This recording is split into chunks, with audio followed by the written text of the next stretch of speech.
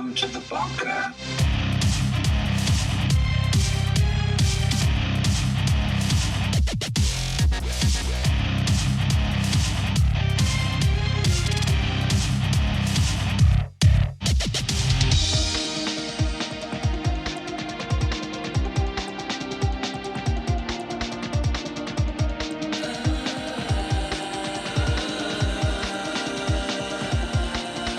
Preppers, survivalists, off-gridders, homesteaders, and the like. Welcome to Top's Bunker, a podcast for preppers. Email shtf@topsbunker.com, website topsbunker.com, YouTube, Top's Bunker podcast channel, and of course, X and Instagram. Please check the show notes in your podcast player for a link to help support the show. There, you'll find valuable products and gear and extra info on this episode. Also, please visit and join Top's Bunker Facebook group. You'll love the interaction with other preppers and like-minded folks. I want to thank y'all for joining us. We got a great show for you.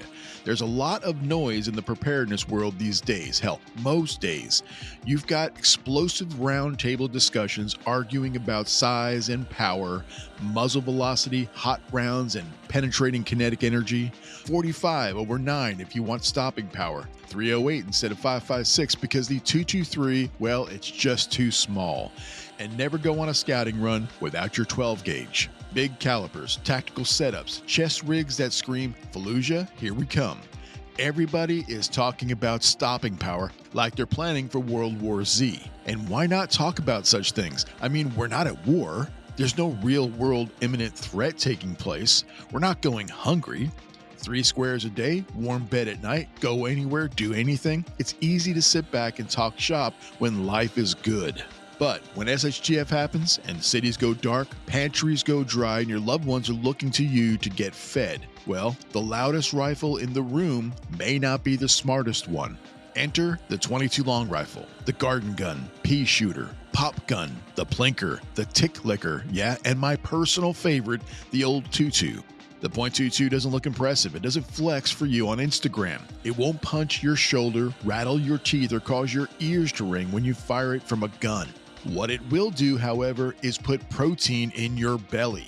It will feed you quietly, efficiently, consistently. As preppers, we all know that every round of ammo you carry has its place in your kit, and that holds true for the humble 22 long rifle. It's tiny, unimpressive, and well, sort of cute, but it's also underestimated and often overlooked as an essential tool when the grid goes down. The 22 rifle is a lightweight tool that's easy to transport and in some cases can hold upwards of 100 rounds of ammo. It's great for training new shooters without fear and reliable enough to keep working long after the noise of the world fades. Tonight we're talking about the rifle that most people underestimate and why that mistake could cost them when the grid goes down for good. Let's get to it.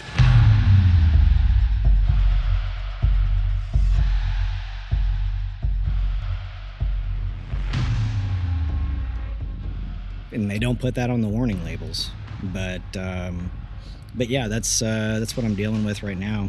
I mean, who pays attention to warning labels? There's like 50,000 things, whatever. They cover their ass from A to Z, straight up. That's what they do. It could do this, it could do that, it could. Hey, we told you it could make your left arm fall off. We told you it could happen.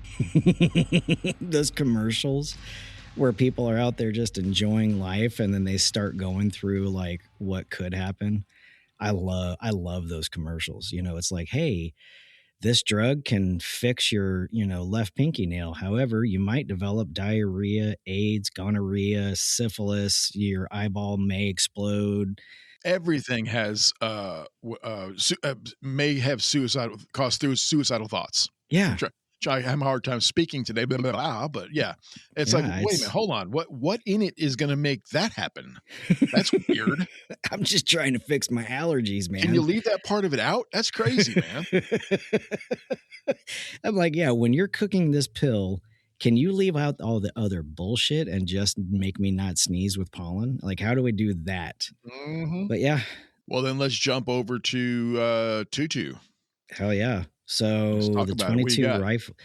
Well, I mean, so the 22 long rifle, it is literally the most popular gun around the entire globe. Yeah. So the 22, there's a short rifle and a long rifle. And they're The 22 cartridge itself. You have the 22 short rifle, which actually was developed in 1857 by Smith and Wesson. And then you have the 22 long rifle, which was introduced in 1887. That was by the J. Stephen Arms and Tool Company. So when you're looking at a 22 now, it is a... Did the short rifles go in the pistols? Yeah. Yeah. So the short rifle was developed as a pistol cartridge initially. Okay. And it's always had sort of the same kind of features. It's always been a lead bullet, of course. And then for like the short rifle, it was designed for pocket revolvers, the very small revolvers for self-defense. Right, but they became very, very popular. One, because they were, inexpensive even back then.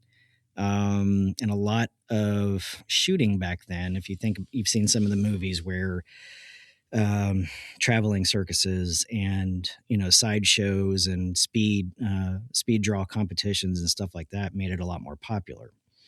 And then in 1890, Winchester developed a slide action rifle. It was designed by John Browning, and it kind of became the standard for the 22 short in a rifle configuration. Was that the when you say a slide hammer rifle, what are you talking about? So think of a lever, right? But like instead a lever of gun? kind of like a lever gun, but not in the same action that you would see now. So think more like a Sharps if you're familiar with a Sharps rifle.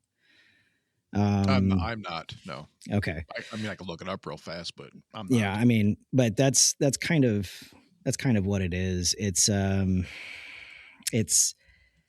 of hard to describe without being able to show people physically.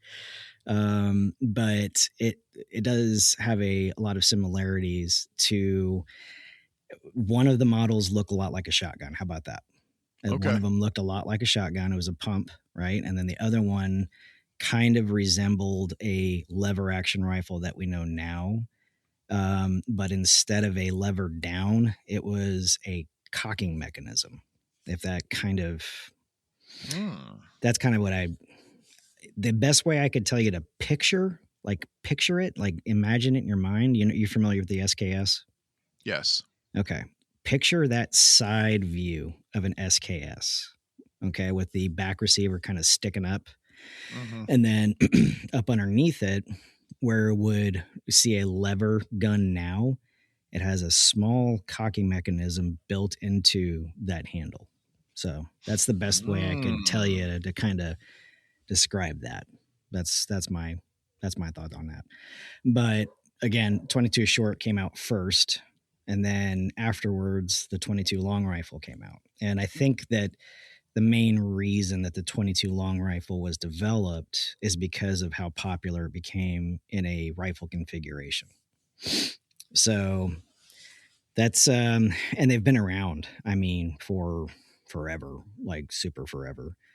Yeah, I was really surprised when I heard that a lot of the old cowboy guns from way back when were actually 22s. I didn't know that, and I was like thinking, I was thinking big giant bullets, because the old before that when you had the muzzle loading type of guns, you had a 50 caliber ball. Yeah. So I never thought that the cowboys would have gone down to a much smaller bullet like that, but yeah, a lot of them carried 22. Yeah, for the pistol. For the pistol, yeah. Yeah. And interestingly, so in the Olympics, there is a 25-meter rapid fire pistol event, and there's a pistol event in general. And up until 2004, the 22 short was actually used for that event. And it was replaced by the 22 long rifle in 2004. So I thought that was actually super interesting because I mean it's 2026 now, but you don't hear much about the short anymore. I mean, I know it's there, but you don't. And there's also a 22 Magnum, which is very powerful. Yeah, but we're talking about the 22 LR long rifle round cartridge. Yeah. I mean, the 22 Magnum itself is, I mean, a 22 is a 22. It's a 22, but it's almost like thinking about the difference between a 223 and a 556. Big difference is it's a chambering thing. So the 223, which is literally just slightly larger than a regular 22 in the actual bullet itself. Mm-hmm. But of course, the body and the casing and the amount of power behind it is different. The same thing for the difference between a 22 short, and 22 long, and a 22 Magnum. So it's all about chambering pressure and the velocity leaving the actual barrel based off of how much charge is provided in that. And interestingly, also, up until like 1887-ish, 1871 to 1870 or 1887, they used to use black powder in 22s. And then it transitioned into smokeless powder in the late 1800s, early 1900s. And it enhanced performance, but also if you've ever done anything with black powder guns, man, it's like, it's a lot of smoke. It's a lot of big boom and you can't see, right? Once the thing leaves the chamber, because it's just this giant cloud of smoke. Yeah, it's like popping smoke. Yeah, like literally, and it stinks, but so they transitioned to smokeless gunpowder. And then around the 1930s, Remington started to introduce a higher velocity 22 long rifle. And then around 1975, I'm sure you've heard of the company CCI. They, they're a huge manufacturer of 22. They introduced the Stinger, and that basically started the hypervelocity era of the 22 long rifle. So just like all sort of companies competing against each other, then it became a game of who can create the fastest, strongest, most powerful. But the thing is that it's at the end of the day, it's still a 22 long rifle. You know what I mean? So unlike a lot of other, bullets, you look at a bullet, you turn it over on the boat tail and you actually see, a primer, right? That's a center fire rifle. The 22 is a rimfire rifle. So it percusses in the back and it has a flat base and it hits that. That's actually what initiates the charge in the powder on the inside and then sends the projectile forward. So it does not have a actual primer on the butt end of it. So now, isn't that the reason why you can't refurbish the brass from 22? Yeah, that's one of the many reasons. The brass itself is not as strong as a lot of your regular bullets that you see. Yeah, it deforms. It deforms quickly because they have to be small. They're super thin. They're I don't know if I would say they're fragile per se, but like I own several different 22s, but I like CCI a lot. Like most of my 22 guns feed almost exclusively on CCI bullets, and that's because of the quality. And a lot of people will contest like what you can use a 22 for. I fucking love the 22. It's so good. It's like, oh, me too. And it's like, I don't know what the right words are, but if you had to have one thing, and I know we've had this debate before as well. If you could only pick one thing, I think the majority of people who live this lifestyle would say, if I could only pick one, it would be a 22. Like it would be a 22 long rifle. I agree. Yeah. If you could only pick one. Yeah. Yeah. I mean, it also depends on variety, but if you think about it, there's so much 22 out there. And it's not just that you need it for your own survival. If you think about this, I mean, because we talked about this in the last episode about barter items. 22 long rifle is gold when, there's a serious of enough of a situation. It is literal gold. I mean, if you made most shooters that buy multiple firearms have at least one 22. At least one. Yeah. At least one. Yeah. Yeah. I have a 22 long rifle. I have a 10-22 and Ruger. Yeah. Got to be Ruger. And it is the backpack takedown model. And I've put up that's a prepper special. Oh, I love it. Dude, I love it so much. I mean, I've never even held one, but I've seen them. They're very cool looking. I've seen them on, videos. Yeah. I mean, I posted the pictures of mine before. And when I get it back from the factory, I will probably put up some videos of me actually shooting it. But I also have a Walther P22, and in my kit, that is, if I'm going to, I have a special guest in my room now. If I am going to be carrying my 1022, I'm also going to be carrying my Walther P22. I'm sorry. Oh, who is that? Is that a human or is that a dog? No. I think we lost Jeremy. No, hold on. Jeremy's back. So, have you ever met a needy child? Yeah. Well, this one is, he's well over 100 pounds. He's got 4 legs, and apparently he's lonely right now. So he's gonna be joining us, and hopefully he doesn't do his stupid barking episode. So, yeah. And it's funny because I had, since I don't have all of my soundproofing up yet, I had a blanket draped over me, and apparently that was upsetting him. So he had to come in and rescue me from the evil blanket. Right. So, yeah. If I'm going to be carrying my 1022 as a truck gun, or if I'm out on the range, or if I'm doing something, I'm going to have my Walther P22. That way I'm not having to, go between ammunition and different types of guns. And it's a handgun. Yeah. Yeah. So think of like James Bond pistol. So yeah, I know the Walther. Yeah, it's great. Oh yeah. So the Walther is good. There's a whole bunch of different, 22 pistols out there. I can't remember. I want to say it was somebody that we rode with at the time, and Missy kind of did a barter with them, and she ended up with the pistol. But I love it so much. I like to carry it. It's small. It's compact. It's really good for concealed carry. And again, we go back to the argument of the effectiveness of 22. 22 long rifle hollow points can be devastating if your shot placement is right, if your volume of fire is right. And despite what many people say, I think my gun is actually super accurate. It really is. I'm not trying to make a 50-yard shot with it. I'm not doing that. But I feel comfortable between 25 and 30 yards that it's going to do some serious damage. Yeah, with a handgun. Right. Chambered in 22. Yeah. Mm-hmm.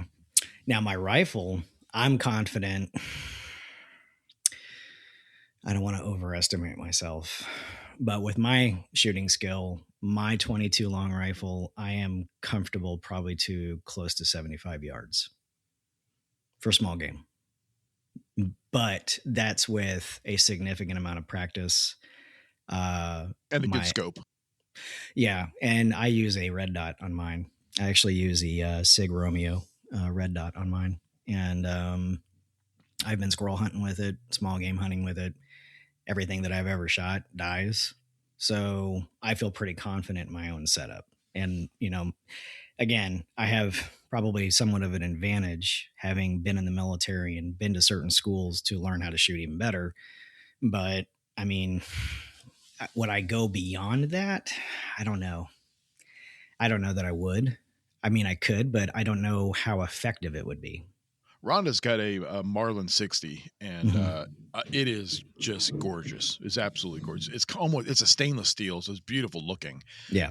And it's got a halfway decent scope on it, but it'll make a novice look like a sharpshooter. I mean, at 100 yards, you're plinking 6-inch targets, no problem. I mean, no problem at all. It is very powerful. It gets the round there super fast. Really nice. Yeah. And again, a lot of that also has to do with ammunition. The CCI Stinger is really, really good round. I don't have the Stinger. I have CCI. I don't think it's a Stinger. I don't think it says that on the box. Yeah. I've got that, and I use the I use the Winchester Super. Is it Super X or Winchester? It's like you know what I'm talking about. Yeah. Yeah, that's the red and white box. Yep, that's it. And again, Winchester makes a lot of good rounds for the 22. CCI makes a lot of good rounds. They actually have like 22 long rifle, and it looks like buckshot.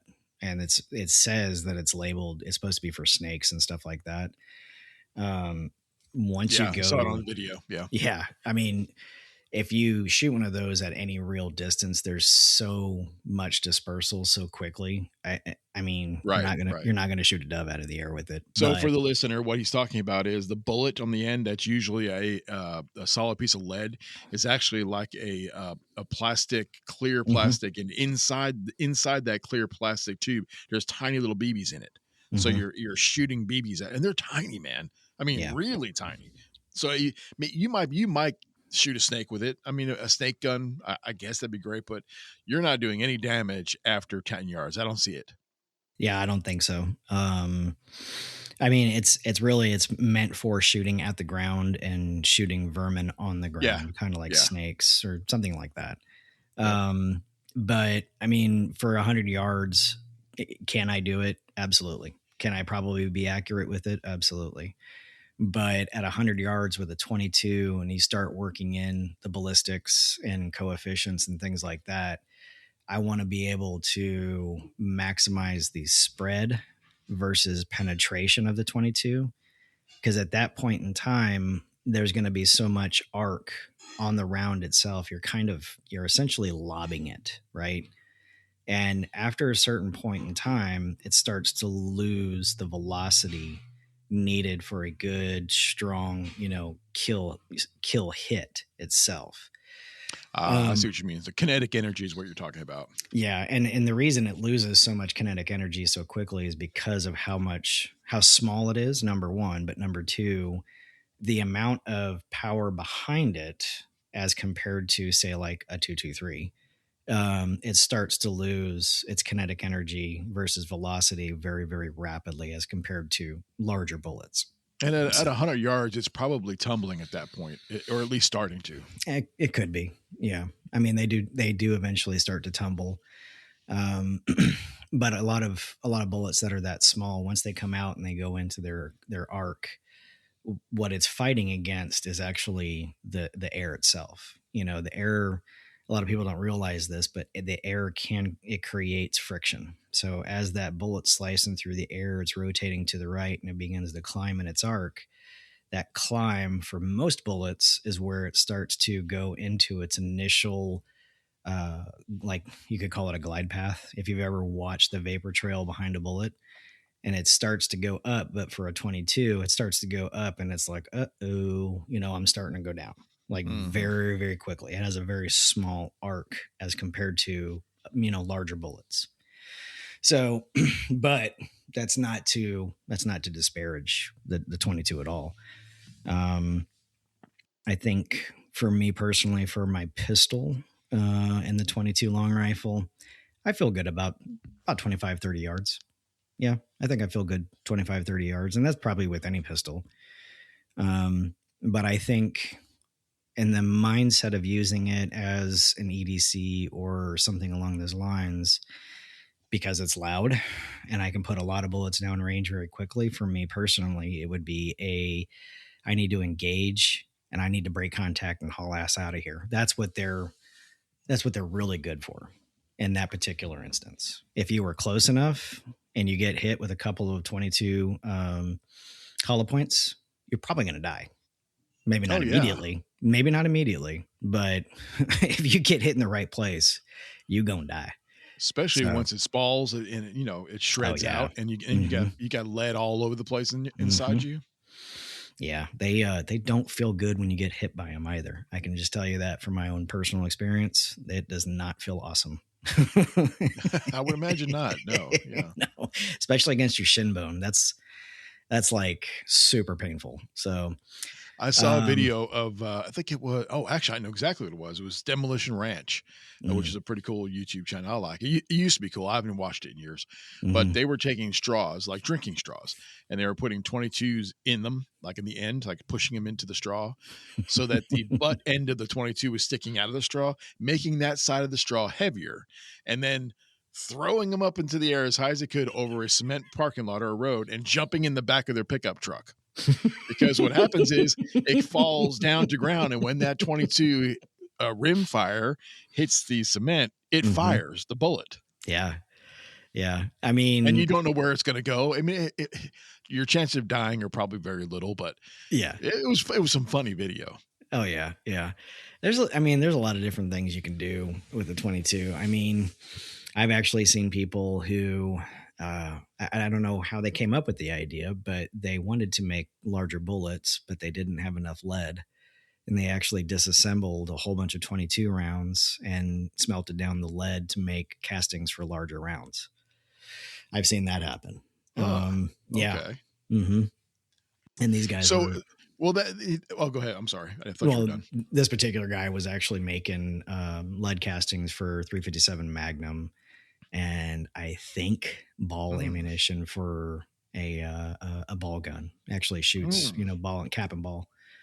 So yeah. Right. Yeah. So when you're hunting, let's say with a 22, because 22s are a lead bullet, and where other guns may not, or other bullets may not be lead. Are we worried about the lead in the hunting aspect of it getting into the meat or anything like that? On the immediate end, no. And here's my theory on that. Is there always a possibility that there could be a trace amount? Yes, there's always that possibility. I mean, up until, 40 years ago, 45 years ago, lead paint was normal. And all bullets were lead. Yeah. And even now, I mean, most of your bullets are still made with lead, but they have a different kind of metal jacket over them. So the core on a lot of bullets is still lead. Right. Yeah. But with and the jacket doesn't necessarily protect your meat from the lead, because once it goes into an animal, it's going to spread out anyway and open up. It's going to mushroom out. Now, in my personal experience, I would say that the number of times that I have run into either a fragment or an actual, like the whole round from a 22 has been very, very minimal. If you're at the proper range with the proper setup and your sound and your shooting technique and your aim and all that, 22 is going to go right through most game animals. It's going to go completely through a rabbit. It's going to go through rabbit. Yeah, it's going to definitely go through a squirrel. Yeah. I'll just tell you, shooting, it may be morbid, but shooting a 22 into a squirrel and watching that just go down live is so freaking fun. it's hilarious, but two, it's just fun. It really is. Well, it's fixing to happen around here because I'm not allowing my corn to get ate again. It's not going to happen. Yeah. There's going to be some shooting target practice around here. And I'll tell you another thing. If you try and shoot a squirrel with a 5.56 rifle, you're going to blow its asshole right out of its fucking mouth. No, dude. There's not going to be anything left. It's going to explode the thing. Yeah. And that's an interesting point because we've talked about it 1,000,001 times. People think that they're going to grab their gear and go and live in the woods. With your selection of, firepower or whatever kind of weapon you bring with you is really going to dictate how well you eat.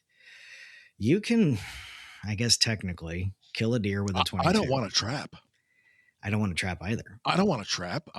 That's too hard. The success rate of trapping is so stupid. Right. Exactly.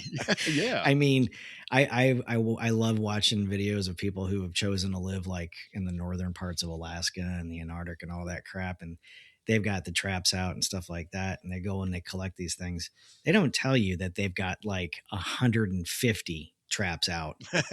Yeah. Right. They don't tell you 3 days to go collect them all. Yeah. They don't tell you that part. They don't tell you that the probability of a squirrel being stupid enough to go through a tiny little circle just because it's curious. They don't tell you that part. It's extremely difficult. Now, if you had like actual traps, like the closing traps, and you baited those traps, your success rate would probably go up. Oh yeah. But no, for small game, you want a 22. Yeah. Yeah, you want a 22 or you want a really, really good pellet rifle. I have a 22 exactly. caliber pellet rifle.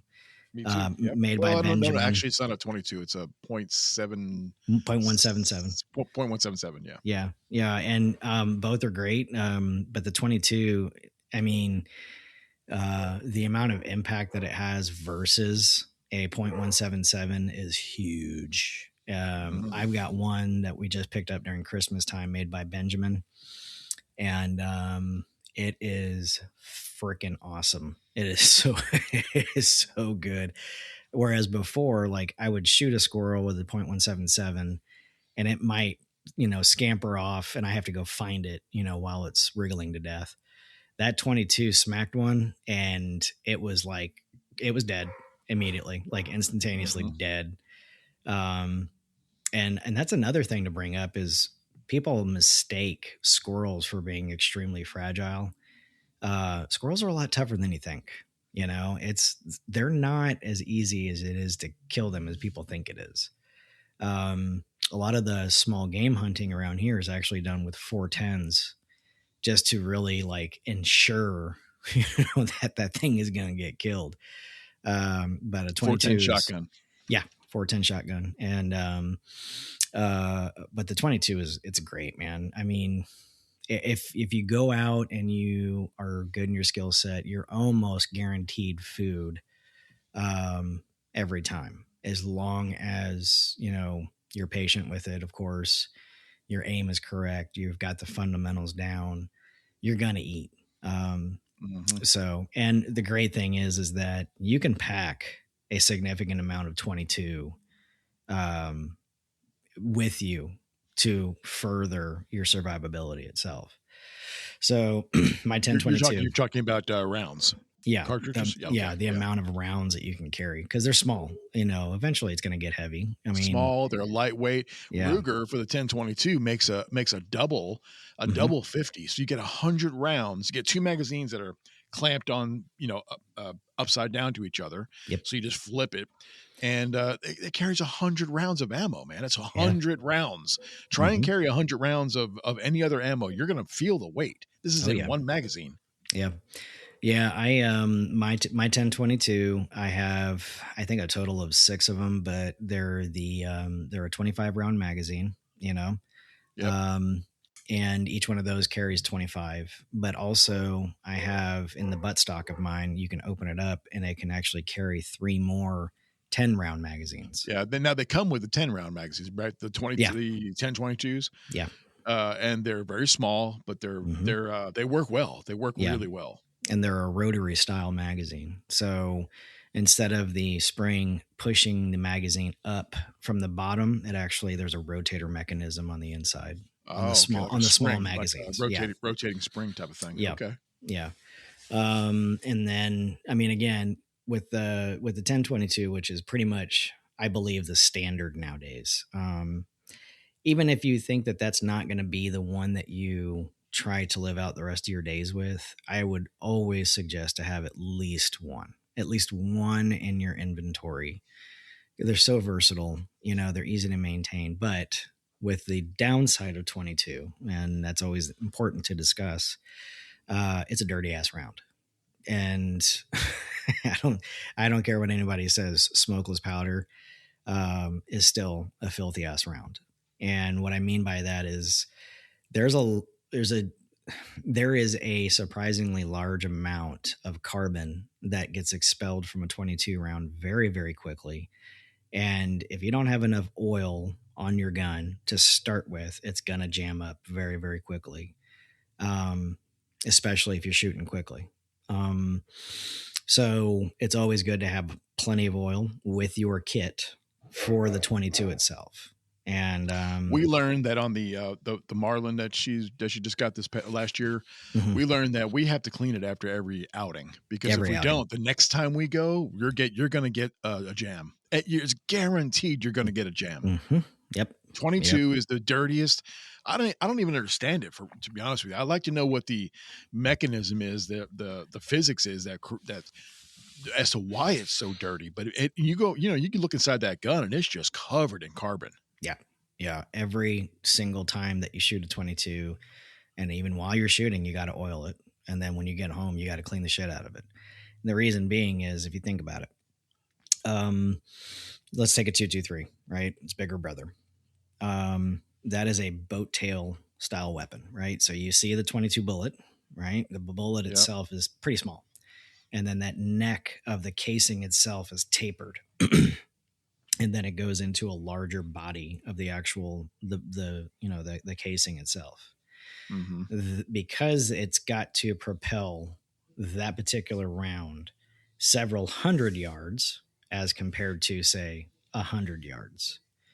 There's a lot hotter burning powder, one, in that particular I want round. you to start over because you cut out on my side. Now, I don't know if it caught it in the cloud where it catches it, but I didn't hear after you said something. You just say that again.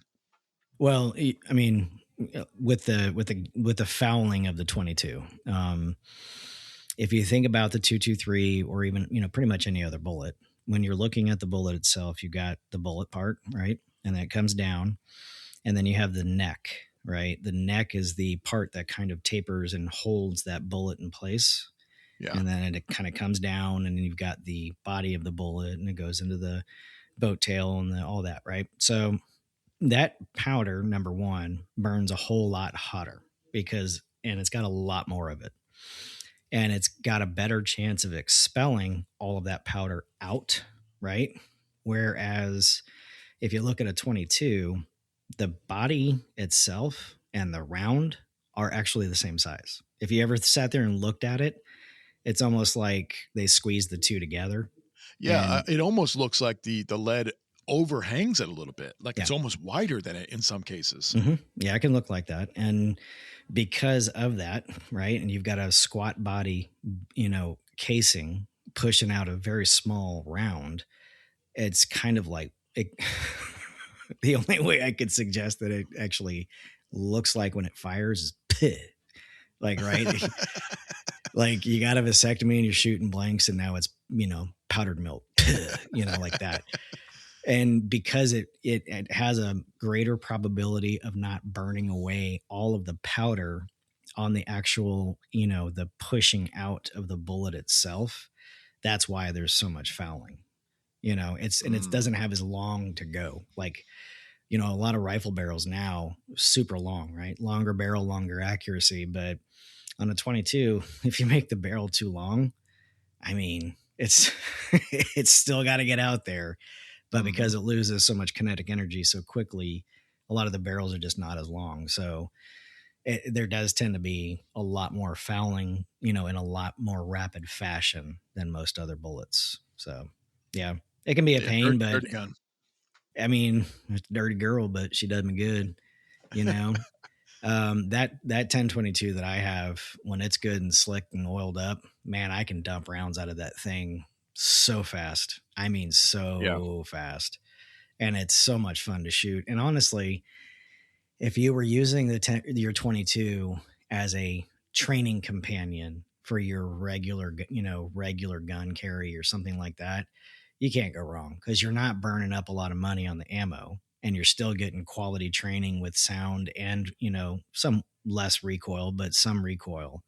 So if you really wanted to just kind of like have a range day where you're still getting in really good training, but you don't want to blow your wad on, regular ammunition, having a 22 setup that looks and feels almost the same as your regular setup can be the way to go. So you actually can. They make sporting rifles in the AR and AK version of that look like but it's a 22. So it's There's gosh, dude. Mossberg makes one. MMP makes a really good one as well. There's lots of them out there. I mean, there's so many conversion kits and stuff like that. I mean, actually, the Ruger 1022, it has a conversion kit to make it look like an AR, doesn't it? Oh yeah. There are different chassis that you can buy, and then you can also, if you wanted to, you can actually take like an AR style rifle and you can change the barrel, converting it into a 22. That's correct. $165, I think, is the last time I saw them. The conversion kit. Yeah. And I've used them. Yeah, they work really well. Yeah. And what it is it's an AR. You can either do it one of two ways. I've seen it two ways. You have these blocks that get installed into the magazine well of your AR, which reduce the size, accepting a 1022 magazine. Or you actually have a AR style magazine, and the feeder is reduced down to a 22 long rifle. I have not personally used a conversion kit, and if I had it my way, I would have a gun dedicated to 22, or chambered in 22 that is set up with the same kind of like dimensions and hopefully almost as much weight as my AR. That's what I would want. But honestly, I mean, yeah, like if you go on my my Facebook page, not the bunker, but my actual Facebook page, the main picture, the splash screen is me shooting an AR in over the Rio Grande in the mountains of the deserts. That inside that gun is a conversion kit. We borrowed one from Rhonda's brother before we went on that trip. Nice. And I converted it that morning. So this way we can just plink all day without having to worry about, spending so much money in rounds. We were shooting shit all over the damn place and probably didn't spend, more than $50. Yeah. Yeah. I mean, it's for bang for buck value. 22 is like, you can't beat it. I mean, you really can't. Those damn dogs. But there are so many companies that make different furniture for your 1022. And when I say furniture, I mean the actual chassis, like the actual stock of the fun stuff. Yeah, your kit. The gun is the barrel trigger system. It's the upper and the lower end, and that's the gun. Yeah, but all the stuff that attaches to it, that's your furniture. Yeah, there's so many things that you can do with a 1022 nowadays. I mean, Magpul makes different furniture for them. You can, I've seen them competition style guns that have been built out specifically for competition rifles, and these are 22s that they're taking out to like 150, 200 yards, super accurately. But we're talking about custom builds that are, wicked expensive. They can be pretty damn expensive. And a lot of those are made with real heavy wooden stocks. There's even companies, I don't know if you've ever heard of a company called Wooks. Never heard of. They are a gun furniture, a stock company, we'll call it that. And you may have seen some pictures of, their guns out there. A lot of them, they look like they have a really sort of natural wood stock like look to them. But some of their stuff that they have now for the 1022, is it expensive?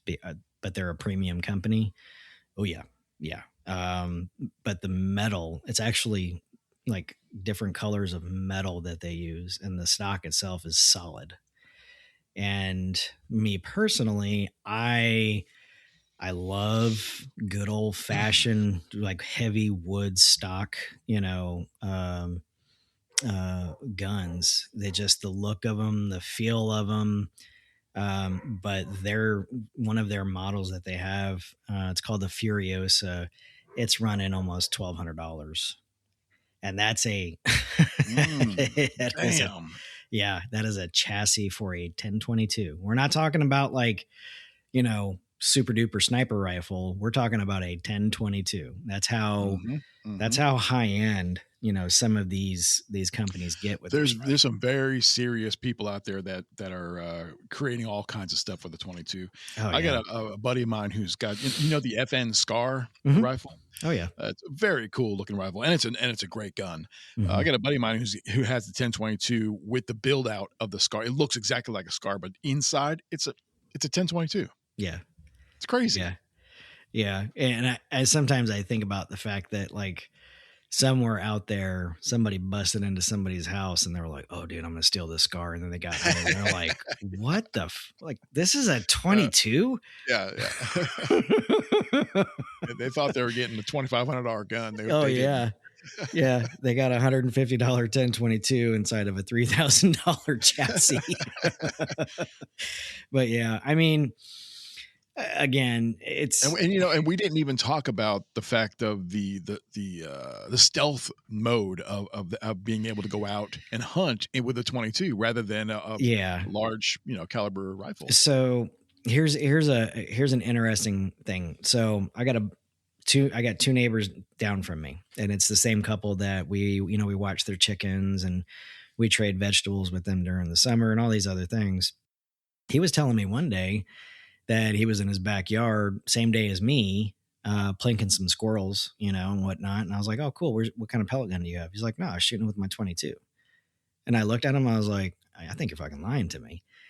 And I didn't realize it, but he was using subsonic 1022, or he has a 1022 rifle, but he was using subsonic 22 long rifle ammunition. And he didn't even have a can on. And when I would say can, I mean a suppressor. Right. The subsonic 22 round is ridiculously quiet on itself. If you were to add a suppressor to that gun, and they also have 22 short rifle subsonic. Now, when you start talking about subsonic ammunition, one, it's a lot quieter, but two, it's a lot slower. And three, it has a lot less penetration because of the fact that it's moving slower than a regular, 22 long rifle.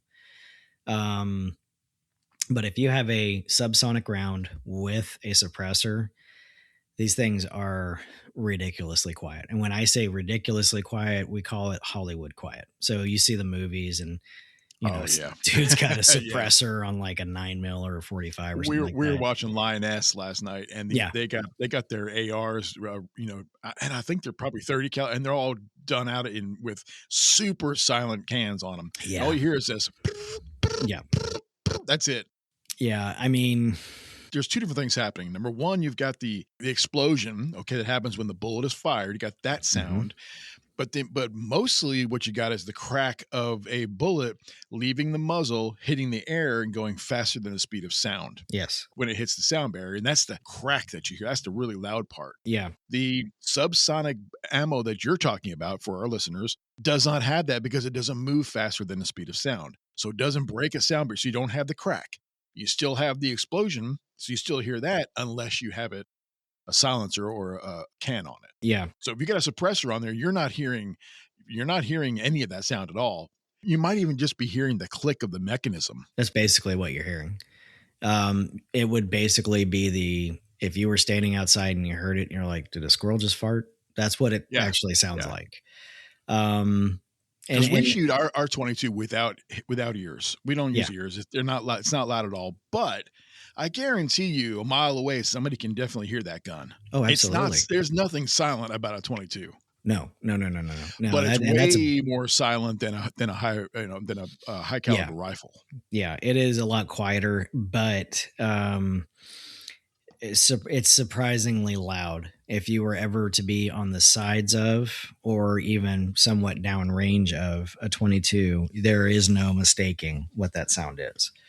Yeah. And again, a lot of it's Hollywoodized, but I have shot many suppressed weapons. I have shot a 22 suppressed. I have actually seen a suppressed 22 in action in combat, which, by the way, is wicked awesome.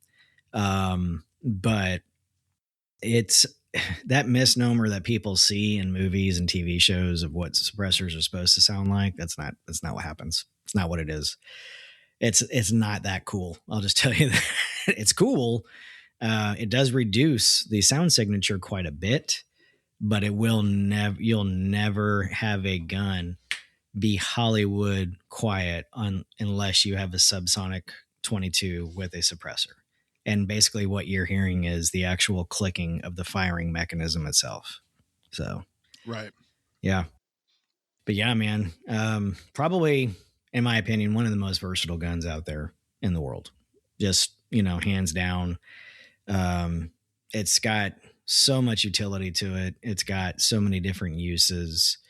And I mean, they're just so damn fun to shoot. They just really are. It's just, they're easy to shoot. Children, women, men, Our grandchildren have shot them.